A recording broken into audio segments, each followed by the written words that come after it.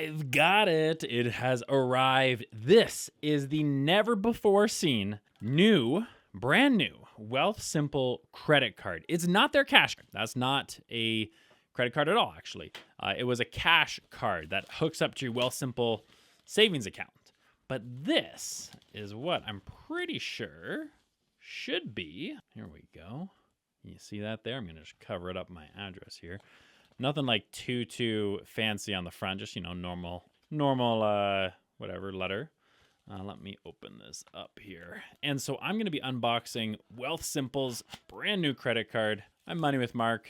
If you want to build wealth, then subscribe to this YouTube channel. And oh, baby. Oh, look at this here. Oh, yeah. Now, with this credit card, this is beautiful. Oh my gosh. Nice. It's not like a metal card, so it's not like, doesn't feel super luxurious, but my first initial opinions are that like, this is like really sharp. I don't know if you can see it there, but there is like a slight like matte black and shiny black to it. I love anything that's matte is like, a win for me. So I absolutely love the look of this card. Now, what does it say here on the inside? Oh, pretty simple. Meet the only credit card you'll need. This is the one. And then it's just scan here to activate it.